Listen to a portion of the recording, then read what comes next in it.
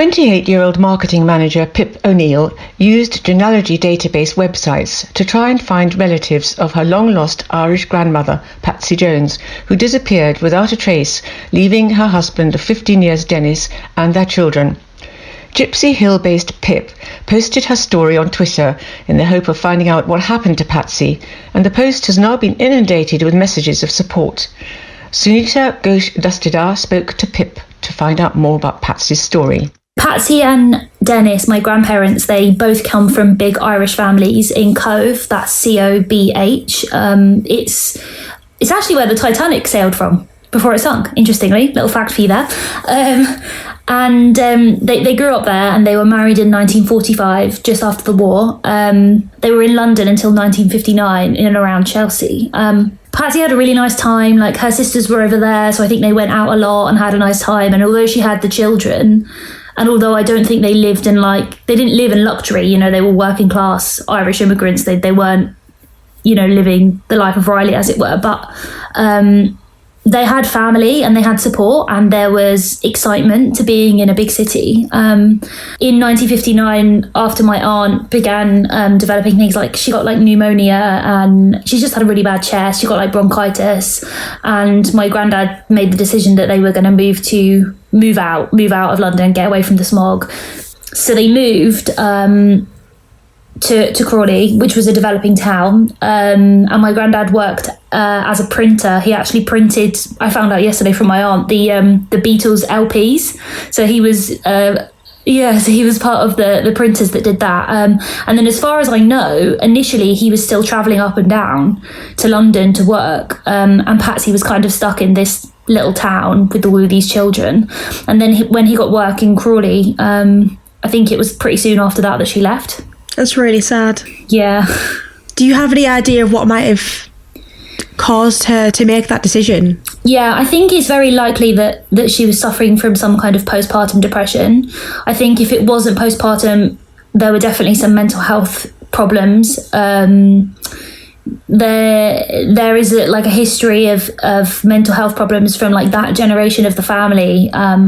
Just because it was really tough, you know, it was tough to be like poor and away from home, and not even away from home in a city that you really know, but like in a random little place. And as we all know, you know, the provision for mental health services in the 50s wasn't great. I mean, it's not great now, but it definitely wasn't great then. So I think it was possibly a lack of understanding about what she was going through, and a lack of support, not from her immediate family, but as in like wider familial support. Like, she didn't have the physical childcare support, for example, that she would have had if they'd have stayed in London. And I think it was just too much for her. I know that my granddad tried really hard to make things work and to keep everyone together, but I just think she just wasn't happy. I just don't think it was the life for her. I think one day she woke up and realised that she didn't like anything about her life. What was the aftermath of Patsy leaving Crawley? Well, she stayed in sporadic contact for a very little while.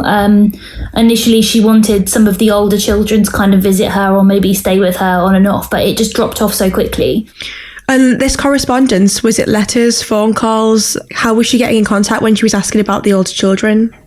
Yeah, it was possibly correspondence through letters. I think because we were also still in contact with her family, so her siblings, it's possible that it came through them as well. I think the strangest part of the mystery for me is that she cut off contact with them as well. Like, she cut off contact with her parents and her siblings.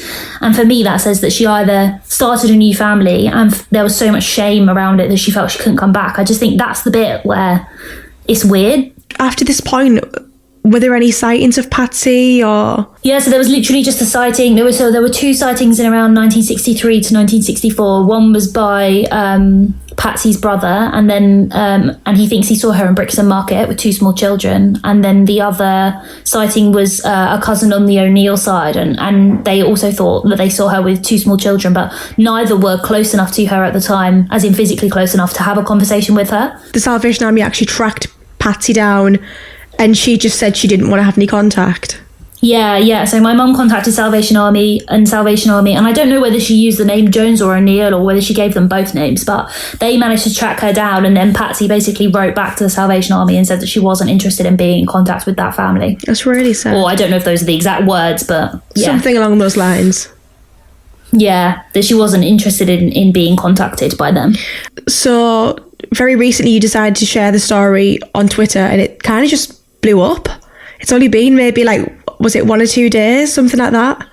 Yeah, I shared it on Friday night. I was just thinking about it, and I was just thinking that I'd just love to know more, and I just thought, what if I put it out on Twitter and there's someone who does know something about it? I just wasn't expecting it to blow up this much. And what kind of response have you had? Have you had any sort of tips or just well wishes? What kind of things have been pouring in? Yeah, there's been so many wonderful well wishes, and there's been a couple of people who have said that it's inspired them to search for their own missing family members, which is so nice and so wonderful. And then there's been loads of really helpful tips. So people saying if you can find her national insurance number, you might be able to find out what happened, because it's obviously more legit than a name, which is common. And apparently if you've already got your DNA uploaded on one site, there's a way that you can download your DNA and then upload it to other sites, even if you've not done it through them. So I need to look into that. Also had some people in Ireland, Irish TV hosts, actually where they're from, in Cove in Cork, who want to look into it as well. So it's been insane. If people have any sort of information, or they think that they recognise Patsy, or they know someone who might know family members of Patsy, how can they get in touch with you? So my Twitter handle is just Pip_O'Neill. My website is www.pjo'neill.co.uk. And that was Sunita Ghosh Dastidar speaking with Pip O'Neill from Gypsy Hill.